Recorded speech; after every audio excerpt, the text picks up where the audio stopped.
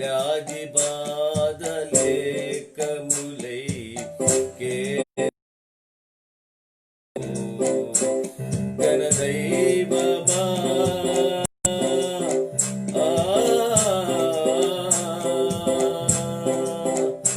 గణదైవమా నిదాపు చేర్చి ప్రాపు చూపుమా అనుదినము నీదు ఆశ్రయాన సేదది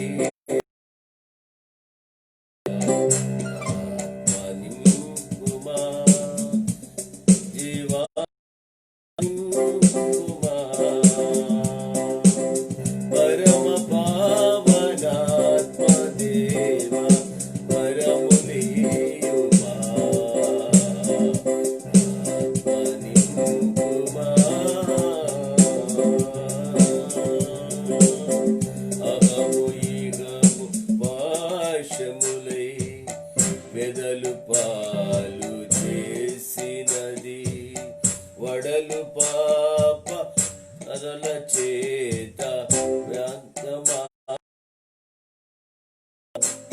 కరుణాత్మశ్రీ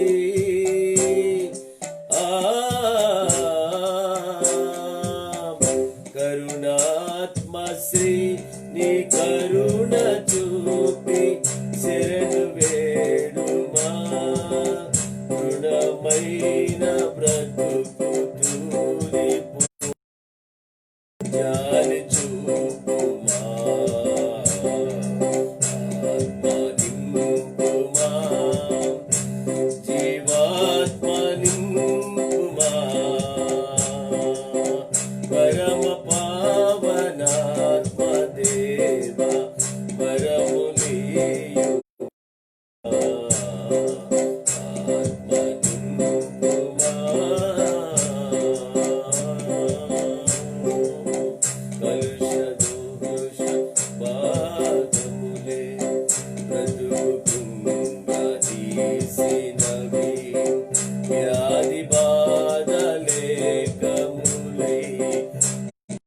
మాయను గణదైవమా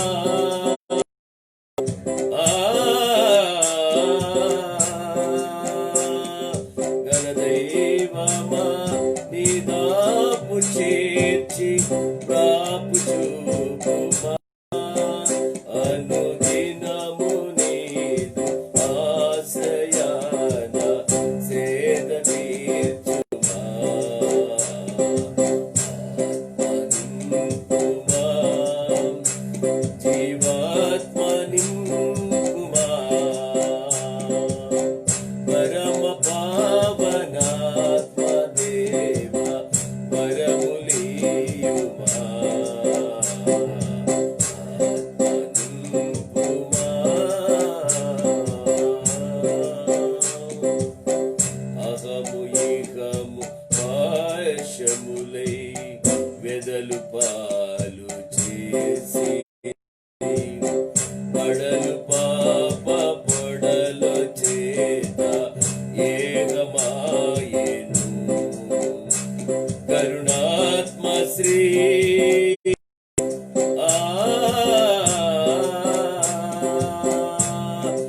కరుణాత్మశ్రీ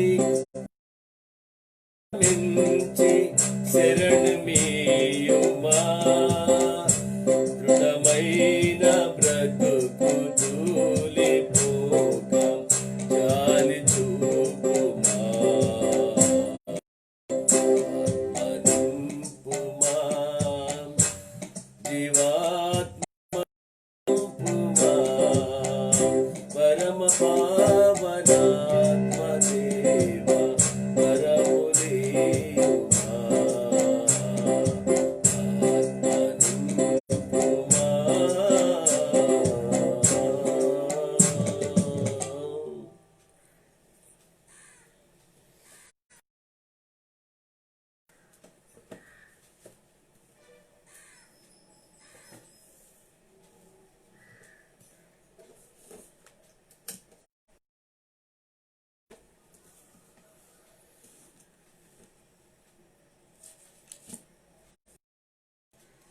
మంచిదండి. ఈ సమయంలో మనం వాక్య ధ్యానంలోకి వెళ్దాం.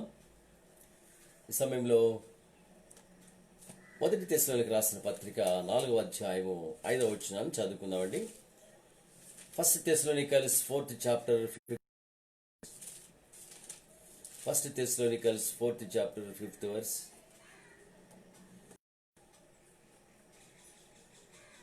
మీలో ప్రతివాడును దేవుని ఎరగని అన్యజనుల వలె కామాభిలాషులందు కాక పరిశుద్ధత యందును ఘనత యందును తన తన ఘటములను ఎట్లు కాపాడుకొనెను అది ఎరిగి ఉండుటయే దేవుని చిత్తము. చిన్న ప్రార్థన చేసుకుందాం. తండ్రి, మీకు వందనాలు. ఉదయకాల సమయంలో ప్రభువా, మాకు ఇచ్చినటువంటి మాటను బట్టి మీకు వందనాలు. ఈ యొక్క మాటల నుంచి మీరు మాతో మాట్లాడి మమ్మల్ని అందరినీ ఆత్మీయంగా బలపరిచి, ఆత్మీయంగా స్థిరపరిచి, ఆత్మీయంగా అభివృద్ధి పరచమని యేసు శక్తిగల నామంలో అడిగి వేడుకుంటున్నాము తండ్రి, ఆమేన్. ఉదయకాల సమయంలో మనం జ్ఞాపకం చేసుకున్నట్టయితే, మరి ఈ లోకంలో మనం జీవిస్తున్నాం. ఈ లోకంలో జీవించేటప్పుడు ఏ విధమైనటువంటి పరిస్థితులు వచ్చినప్పటికీ, ఏ విధమైన విపత్తులు వచ్చినప్పటికీ, ఏ విధమైనటువంటి మలినము మన మీదకి వచ్చినప్పటికీ మనం పవిత్రత కలిగి ఈ ఘటములను కాపాడుకోవాలి అని ఇక్కడ పౌలు గారు తెలియజేసిన మాటను మనం ఉదయకాల సమయంలో చదువుకుంటున్నాం. కాబట్టి ఈ ఘట్టములను చాలా జాగ్రత్తగా మనం కాపాడుకోవాలి. ఈ ఘట్టములను మనం చాలా జాగ్రత్తగా కాపాడుకోవాలి. దేవుడిచ్చినటువంటి విలువైనటువంటి ఈ యొక్క ఘటాన్ని, దేవుడిచ్చినటువంటి విలువైనటువంటి ఈ కుండను జాగ్రత్తగా మనము కాపాడుకోవాలి, చాలా జాగ్రత్తగా కాపాడుకోవాలి అని వాక్యం సెలవిస్తూ ఉంది. కాబట్టి అంటే కుండ అంటే మన యొక్క దేహము. ఈ యొక్క పాట్, ఈ యొక్క కుండ చాలా జాగ్రత్తగా మనము దానిని హ్యాండిల్ చేయాలి. మనం ఈ లోకంలో మనం ఉపయోగించే వెజిల్స్లో ఈ యొక్క పాట్ చాలా డెలికేట్గా ఉంటుంది. దాన్ని చాలా జాగ్రత్తగా మనం పరిశీలిస్తూ ఉంటాం. అదేవిధంగా దేవుడు మనకిచ్చినటువంటి ఈ శరీరం అనే ఘట్టమును కూడా అవసరతుందని లేఖనాలు సెలవిస్తున్నాయి. ఈ ఘటమును జాగ్రత్తగా కాపాడుకోండి. Be careful of your pot. మీ యొక్క ఘటం విషయంలో మీరు చాలా జాగ్రత్తగా ఉండండి అని వాక్యం సెలవిస్తూ ఉంది. అందుకని అంటాడు, ఈ యొక్క శరీరము, ఈ యొక్క దేహము ఘటము అని బైబిల్ సెలవిస్తూ ఉంది. ఇంకొక చోట కూడా దీనిని మరి ఘటమని ఎలా వాడటం జరిగిందంటే, 1 పేతురు పత్రికలో 3వ అధ్యాయం 7వ వచనంలో కూడా స్త్రీల గురించి మాట్లాడుతూ ఆయన స్త్రీలకు మాట చెప్తూ, మానవుడు జీవితము, మానవుని యొక్క శరీరము, ఈ మానవుని యొక్క బ్రతుకు ఒక కుండ అని అక్కడ కూడా ఆయన వాక్యంలో సెలవిస్తూ ఉంటుంది. 3వ అధ్యాయం 1 పేతురు 3వ అధ్యాయం 7వ వచనంలో, 1 Peter 3rd chapter 7th verse, అటువలనే జీవమను కృపావరములో మీ భార్యలతో మీరు పాలివారై ఉన్నారని ఎరిగి ఎక్కువ బలహీనమైన ఘటమని భార్యలను సన్మానించి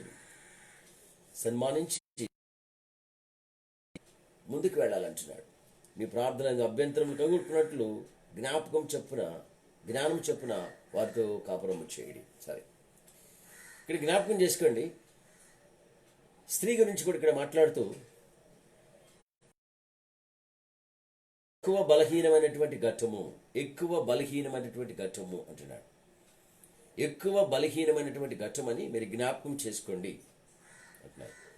కాబట్టి ఇక్కడ మనం జ్ఞాపకం చేసుకుంటే ఈ యొక్క మానవ జీవితాన్ని, ఈ శరీరాన్ని ఇక్కడ మరి ఘటముతో పోల్చబడింది.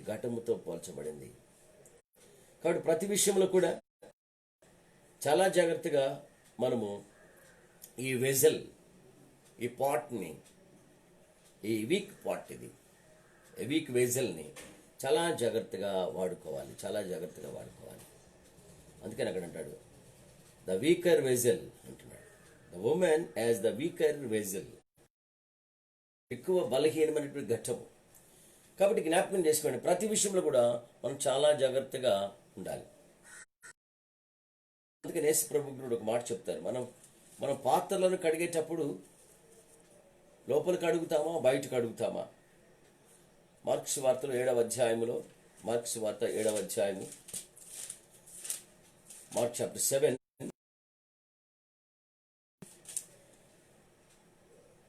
వర్స్ 4, మరియు వారు, ప్రభు చెప్తున్నాడు, ఇదియో గాక గిన్నెలను, కుండలను, ఇత్తడి పాత్రలను నీళ్లతో కడుగుట మొదలగు అనేక ఆచారములను వారు అనుసరించుచుండ్రి.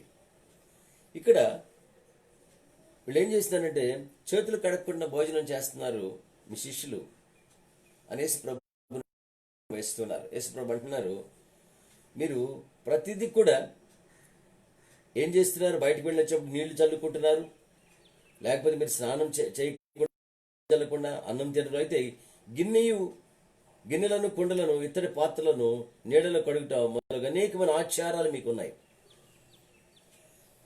ఎక్కువగా మీరు బయటే కడుగుతున్నారు. బయటకు నుంచి రాగాల నీళ్లు చల్లుకోవటం, కాళ్ళు కడుక్కోవటం, పైనే చేసుకున్నారు. సైంటిఫిక్ ప్రకారం మంచిది, బ్యాక్టీరియాస్ రాకుండా, కరోనా రాకుండా. కానీ అంతరంగం కూడా శుద్ధిగా ఉండాలి కదా.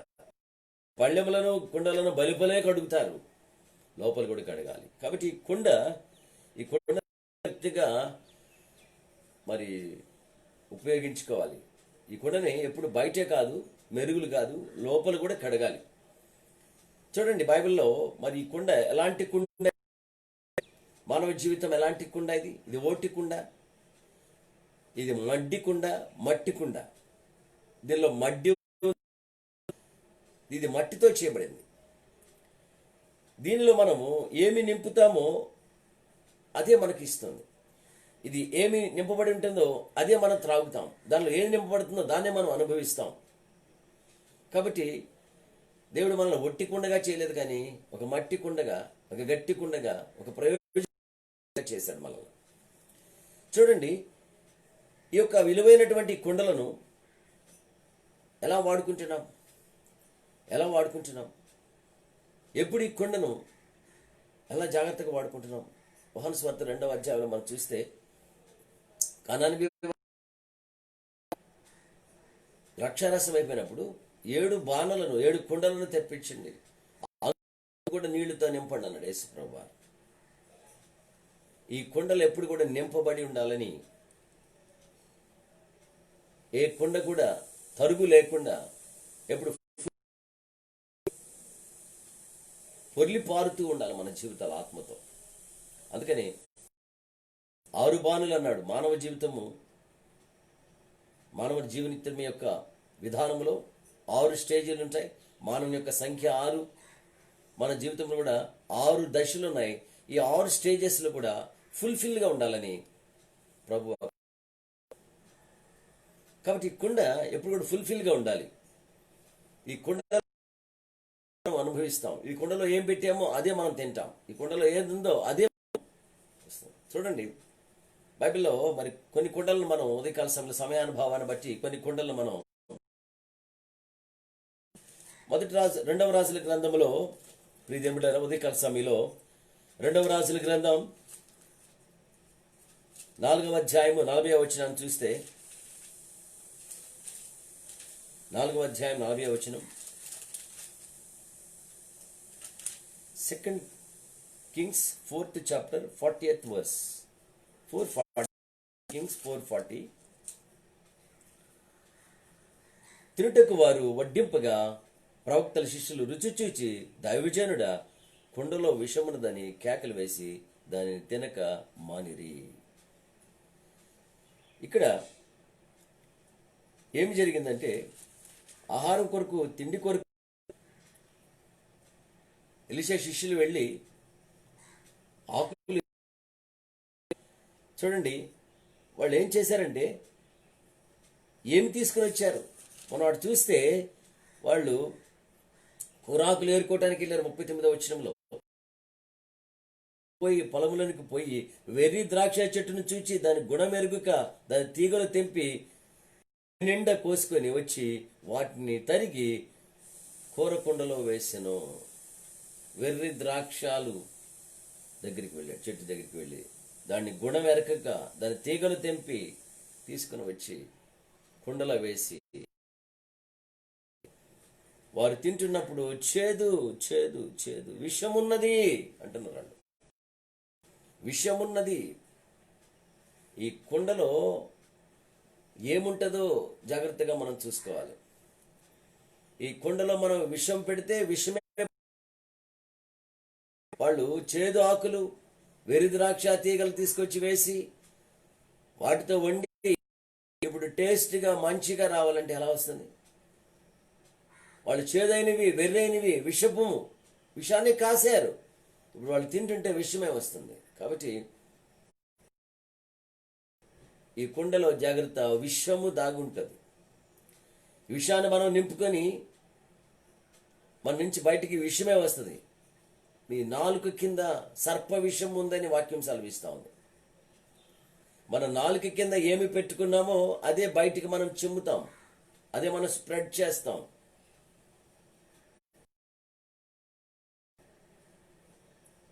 చాలా జాగ్రత్తగా మన కుండలో విషంతో నింపుకుంటే విషమే జల్లుతాం. మంచిని దాచుకుంటే మంచినే వెదజల్లుతాం. జాగ్రత్త సుమా. దేవుడు ఈ కుండలను చేసింది యోగ్యమైన కుండలుగా, పవిత్రమైన కుండలుగా, దేవునికి మహిమ తెచ్చే కుండలుగా, ఆయనను ఉన్నతంగా ఎత్తి పట్టుకునేటువంటి కుండలుగా, ఆయనకు సాక్షార్థంగా ఉండేటువంటి కుండలుగా చేశాడు. కానీ హానికరమైనటువంటి, ఇతరులను చంపివేసేటువంటి విషపు కుండలుగా, విషమును దాచుకోవటానికి ఈ యొక్క కుండలను చేయలేదు. ఈ కుండలో లోపల నుంచి జీవధారలు రావాలి, జీవజలాలు రావాలి, మంచి ఉన్నతమైనవి బయటికి రావాలని దేవుడు ఆశిస్తున్నాడు. రెండవ కుండను మనం బైబిల్లో చూస్తే హెజ్కేల్ 24 వర్స్ 6th వర్స్. దయచేసి చూద్దాం. హెజ్కేల్ గ్రంథంలో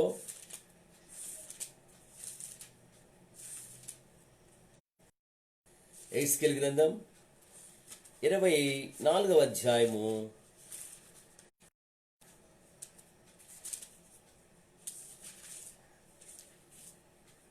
6వ వచనంలో, కాబట్టి ప్రభువైన యెహోవా సెలవిచ్చినదేమనగా, నరహంతకులున్న పట్టణమునకు శ్రమ, మడ్డిగల కుండ మానకుండా మడ్డి కలిగి ఉండి కుండ నీకు శ్రమ. ఈ మాట మనం జ్ఞాపకం చేసుకుంటే ఎవరికి శ్రమ? నరహంతకులున్న పట్టణంలోకి శ్రమ, మడ్డిగల కుండ మానకుండా మడ్డి కలిగి ఉండు కుండ శ్రమ. మడ్డి కలిగే కుండ నువ్వు మానకుండా, దాన్ని తీసివేసుకోకుండా ఆ మడ్డిని అలానే ఉంచుకుంటే నీకు శ్రమ. కాబట్టి మడ్డి కొండలోకి మడ్డి చేరకూడదు. ఒకటి విషము చేరకూడదు ఈ కొండలోకి మడ్డి చేరకూడదు. మసి మలినం అంటాం మనం. లోక చెత్త, అనవసరమైనటువంటి ఈ యొక్క కుండలోకి చేరకూడదు. శ్మశానము అంటుంటారు మన వాళ్ళు వాడుక భాషలో. ఏ చెత్త, ఏ డస్ట్ అది పడకూడదు. మడ్డి పట్టకూడదు. గ్యాస్ స్టవ్లకు మడ్డి పడుతుంది. ఆయిలిష్గా ఏదైనా వాడే వాటిలో మడ్డి పడుతుంది. అది పట్టకూడదు. జింక అది జిగడగా ఉంటుంది. అది జిడ్డుగా ఉంటుంది. అది అంటుకుంటే సాగుతూ ఉంటుంది. అంత తీసిన పోదది జిడ్డు. అది మడ్డి. గానుగుల దగ్గర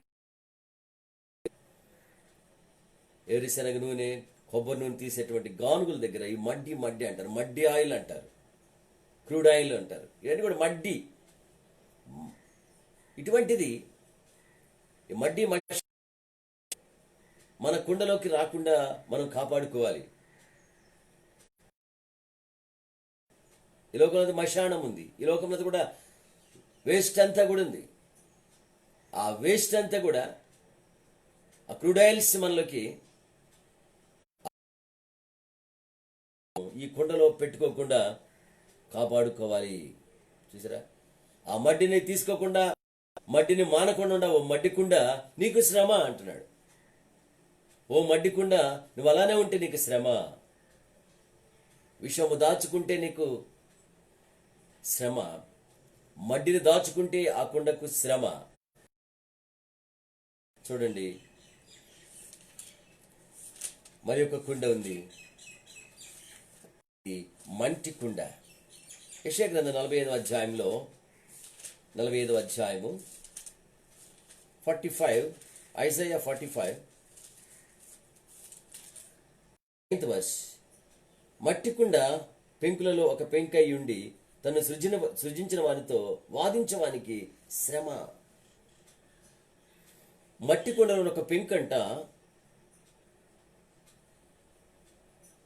తను సృష్టించినటువంటి వానిని వాదిస్తుందంట. అందుకని మట్టి కుండ పెంకులో ఒక పెంకై ఉండి తను ఒక పెంకు మన బ్రతుకు.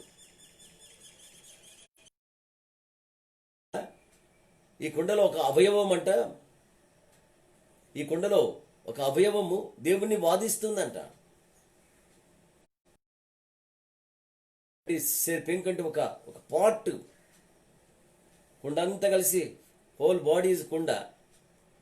పాట్, ఒక పాట్ వచ్చి ఒక పెంకు చిన్నది, ఒక పార్ట్. ఆ పార్ట్ వచ్చి సృష్టించిన వాడిని వాదిస్తుందంట, వానికి శ్రమ. మనం మట్టివారు. అందుకని దావీదు అంటాడు, అయ్యా నేను మట్టివాడనని జ్ఞాపకం చేసుకుంటున్నాను అంటాడు. నేను మట్టివాడనని నేను జ్ఞాపకం చేసుకుంటున్నాను. మనం ఎప్పుడు కూడా ఒక అడుగు వేసే ముందు, ఏదైనా ఒక పని చేసే ముందు మన స్థితి ఏంటి, మనం ఎలాంటి వాళ్ళం? మట్టి. ఈ మట్టి ఏమవుతుంది? నీళ్లు పడితే బురదవుతుంది, ఎండొస్తే గట్టి పడుతుంది, మనుషులు దాని మీద నడిస్తే ధూళి అవుతుంది, గాలి వస్తే ఎగిరి. అంత అల్పంగా ఈ మట్టి ఘటన చేశాడు ఆయన. ఒకవేళ వెండితోనో ఒక వజ్రాలతోనో వైడ్యరాలతో చేసింటే ఈరోజు మన కథ ఎలా ఉండేదంటే ప్రియమైన పిల్లరా, అంతు పట్టేది కాదు. అసలు మన బ్రతుకు మనకు అర్థమయ్యేది కాదు. అసలు మనల్ని ఎవరు తీసుకుని అమ్ముకునేవాళ్ళం. దేవుడు నిన్ను మట్టిగా చేసింది ఈ భూమి మీద బ్రతకటానికి. ఈ మట్టిలో ఉన్నటువంటి వాటన్నిటిని నీలో పెట్టాడు ఆయన. ఎందుకంటే మట్టి మీద జీవించేటప్పుడు నువ్వు బ్రతకాలంటే మట్టి పోషక పదార్థాలే తింటేనే నీ శరీరానికి సరిపోతుంది. ఒకవేళ నువ్వు వజ్రం అయితే ఈ మట్టిలో నుంచి వచ్చేటువంటి పోషకాలు వజ్రానికి పడవు. ఇప్పుడు జ్ఞాపకం చేసుకోండి, నేను దేవునికి లోబడటానికి, దేవునికి విధేయత చూపించటానికి, దేవునికి ఇష్టలుగా ఉండటానికి ఆయన ఈ మట్టితో చేశాడు. జాగ్రత్త, నువ్వు మర్చిపోతావేమో నీ స్థితి మట్టి అని జ్ఞాపకం చేయటానికి మట్టితో చేశాడు. అందుకని మట్టి మనలో ఒక పెంకుపోయి దేవునిని వాదించటానికి, దేవునిని ఎదిరించటానికి, దేవునితో అర్హత లేదని వాక్యం సెలవిస్తా ఉంది. కాబట్టి చాలా జాగ్రత్తగా ఏ కుండగా ఉన్నాం మనల్ని మనం పరిశోధన చేసుకోవాలి. ప్రియదేవుడారా, మనం పరీక్షించుకోవాలి. 4వ కుండను చూద్దాం. కీర్తనకాడు 31వ కీర్తనలో Psalm 31 verse 12 వచనంలో, 31వ కీర్తన 12వ వచనం,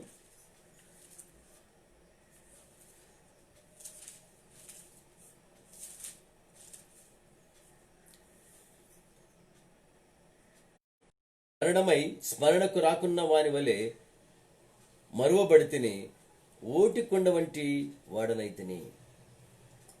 మరణమై స్మరణకు రాని వాని వలె ఉంటునంటున్నాడు. మరణమై స్మరణకు రాకున్న వాని వలె మరుగు చేయబడితిని, ఓటి కుండ వలె వాడనైతిని. ఓటి కుండ పడితే దాన్ని ఆ పెంకులెటో పడేస్తాం, దాన్ని ఎక్కడో పడేస్తాం. దాన్ని ఇంకా మనం జ్ఞాపకం చేసుకుంటామా?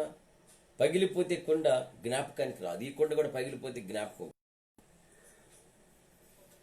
ఉంటే 3 దినాలు ఉంటుంది. మంచి కుండే, నీళ్లు తెచ్చుకున్నామే, మంచి కుండే ఇంట్లో పెట్టుకునే మంచి కుండే అని 3 దినాలు గుర్తుంటుంది. మూడవ దినం తర్వాత జ్ఞాపకార్థ కుడికితో ముగింపు. ఇంకా లేదు, ఆ కుండను స్మరణకు రాదు. ఇది ఓటి కుండ, ఇది అయితే పగిలిపోయిందో ఇంకా స్మరణలోకి రాదంట. అందుకని మానవ జీవితాన్ని గురించి స్మరణకు రాకున్న వాని వలె మరువబడి తిని, చూసారా, ఓటికుండవాడునైతిని చూసారా, broken vessel I have become a ఎలాంటి పాట్ని నేను, ఎటువంటి కుండ నేను ఆయన చెప్తూ ఆ మాట అంటాడు. నా స్థితి I have become a like A broken vessel అంటే. చూసారా, దేనికి పరిగినట్టు ఓటి కుండను. కాబట్టి ఇంతలో కనపడి అంతలో మాయమైపోయేటువంటి కుండ ఇది, ఇంతలో ఉండి అంతలో పగిలిపోయే కుండ ఇది. అందుకోసమని ఉదయకాల సమయంలో ప్రతి బిడ్డలు జ్ఞాపకం చేసుకోండి, ఈ ఘట్టము జాగ్రత్తగా కాపాడుకోవాలి. ఒకటి, ఈ కుండలోకి విషము చేరుతుందేమో చూసుకోవాలి, ఈ కుండలోకి మట్టి చేరుతుందేమో చూసుకోవాలి. ఈ కుండ మట్టిది అనే విషయాన్ని మర్చిపోకూడదు. కాబట్టి ఈ మట్టి కుండ, ఈ పెంకుల్లి, ఈ మట్టిది దేవుణ్ణి, సర్వసృష్టికర్తని ఆయన ప్రశ్నించడానికో దీనికి అర్హత లేదు. 4వది, ఓటి కుండ ఎప్పుడు పగిలిద్దో తెలియదు. అటువంటిది ఈ కుండ జీవితం. ఇది మన బ్రతుకు. ఇది ఓటి కుండ, ఇది మట్టి కుండ, ఇది విషపు కుండ. జ్ఞాపకం చేసుకొని ప్రభుతో జాగ్రత్తగా మనం నడుచుకుందాం. ప్రభు మనల్ని బలమైనటువంటి కుండలుగా నడిపించాలి. ఇంకా బైబిల్లో చాలా కుండలు ఉన్నాయి. దేవుని కృప అయితే, రేపు చిత్తమైతే రేపు ఉదయాన్ని కొన్ని కుండల గురించి ధ్యానం చేసుకుందాం.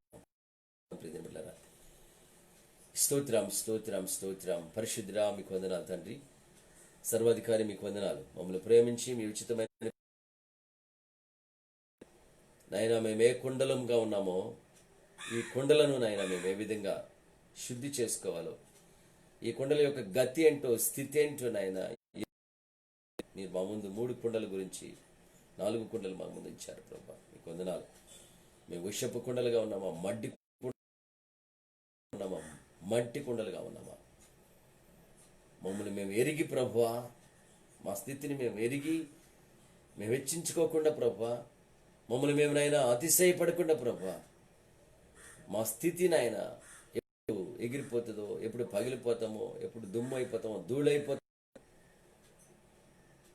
నరలా తిరిగి రండి అంటున్నావు. మళ్ళీ మట్టికి మన్నుని మార్చేస్తా అన్నావు ప్రభా. కాబట్టి మేము జ్ఞాపకం చేసుకొని మీకు వ్యతిరేకంగా జీవించకుండా, మీకు వ్యతిరేకంగా మీకు లోబడి జీవించే కృప దయచేయండి. అయ్యా బిడ్డలందరూ కూడా మరపరచండి.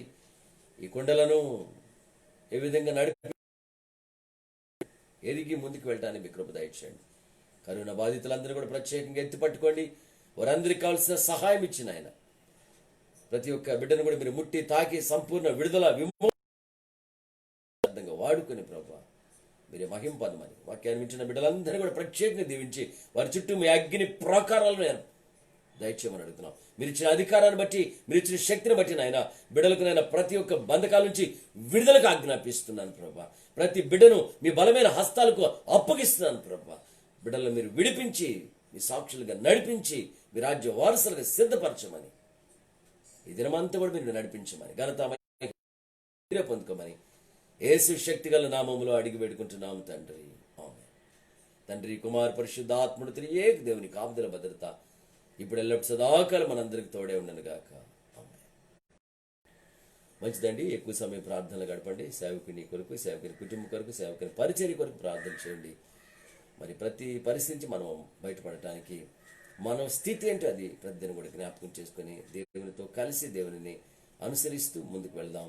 అటువంటి యోగ్యత మీ అందరికీ, మనందరికీ ప్రభు దయచేయాలని మీ అందరూ వేడుకుంటూ మీ అందరికీ వందనాలు.